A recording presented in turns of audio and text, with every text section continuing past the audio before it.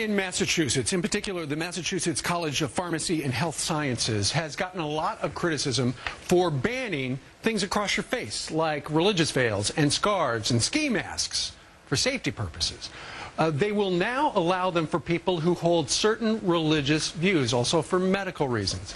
But is the school putting security at risk? To be politically correct, joining us for a fair and balanced debate right now is Corey Saylor, the legislative director for CARE, the Council on American Islamic Relations, and Kelly Saindon, a discrimination attorney. She is in Chicago.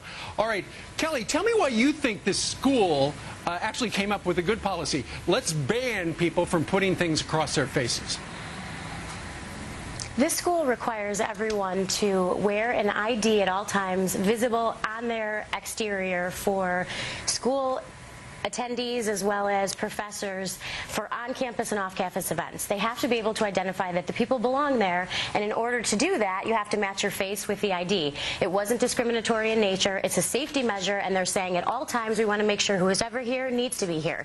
It was an even-handed policy decided by the school in order to ensure safety, and I don't have a problem with it. All right. Now, Corey, your organization, CARE, did have a problem with it. Why? Well, you have to see past the face veil into what the core of this is here. A face veil is a minority position within the Islamic faith, but for these young women, it's a sincerely held religious belief. And the courts have upheld, in the case Hudson versus Maloney, that a sincerely held religious belief should be considered. Well, Corey, here's the problem. At this particular college, there were two young women who were impacted. The school talked to them, and they said, okay, we're fine. We won't put anything on our face. Actually, Steve, what the school did is said you have a semester to decide your education or your faith. And I think that's duress, and I think your defense attorney will agree with me with that. That's very troubling. It should be a free choice, and that's the message we want to send to these two young ladies. You have a choice to wear the face veil or not here. Well, if they choose to do so, there shouldn't be a rule that says you can't. All right, Corey, I got bad news for you. Kelly is shaking her head no. She does not agree with that. Go ahead. That's fine. I absolutely disagree. Attending higher education in this country is a privilege, not a right. You choose to abide by the rules when you attend there.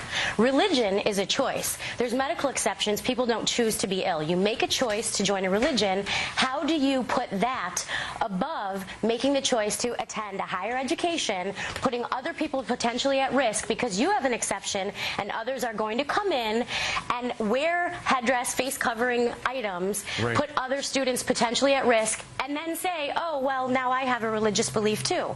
It's not a right to attend these educations, and you're contractually bound when you agree. You have to apply to get in, you have to get accepted, you have to have the right grades to stay there, and you have to pay to get this education. So to say suddenly that you should be treated differently versus public safety, I don't agree. And it's a public school, private school as well, Corey.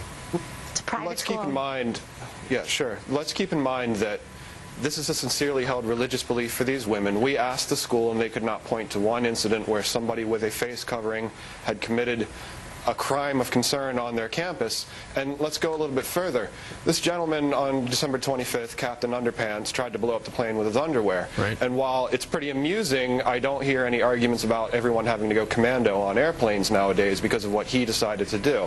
We need to make our rules reasonable. Actually, what they're saying is that there's now new screening measures. There's a First Amendment right to their religious beliefs, and we want to uphold that. All right, we're going to have to end it on the underpants note. Corey and Kelly, we thank you both for joining us. He's in D.C. and she's in Chicago. Thank you very much. Thank you, Kelly and Steve. Thank you. You bet.